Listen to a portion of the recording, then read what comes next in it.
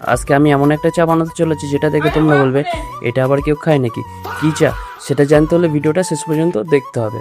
ফল কাটার আগে কলাটাকে হাতে নিয়ে একটু মজা করে নিলাম। কলাটাকে বন্দুক বানিয়ে ডিসকাউন্ট করে গুলি মারার অভিনয় শুরু করে দিলাম। তারপর সব ফল কাটা শুরু করলাম। আর এই ফল কাটার আগে তোমাদের সঙ্গে একটা ছোট্ট কথা শেয়ার করি। প্রতিদিন নতুন নতুন আর মজাদার ভিডিও নিয়ে আসার চেষ্টা করি। যদি আমার ভিডিও তোমাদের ভালো লাগে তাহলে চ্যানেলটা সাবস্ক্রাইব করে পাশে থাকো। তোমাদের প্রতিটা সাপোর্ট আমাকে আরও ভালো ভিডিও বানানোর অনুপ্রেরণা দেয়। ফাইনালি সব ফল কাটা কমপ্লিট। এবার চা বানানোর পালা। প্রথমে জল দিলাম, তারপরে দুধ, চিনি আর চা পাতা দিয়ে ভালো করে ফুটিয়ে নিলাম।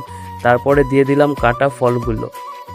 অবশেষে তৈরি হয়ে গেল আমাদের ইউনিক ফ্রুট টি। সবচেয়ে গুরুত্বপূর্ণ মুহূর্ত, স্বাদটা কেমন? প্রথম চুমুক দিয়ে আমি অবাক। ভেবেছিলাম একদম ভালো লাগবে না, কিন্তু স্বাদটা ছিল বেশ অন্যরকম আর খারাপও লাগেনি। এবার তোমরাই বলো, তোমরা কি এই ফ্রুটটি একবার হলো ট্রাই করবে? কমেন্টে অবশ্যই জানিও।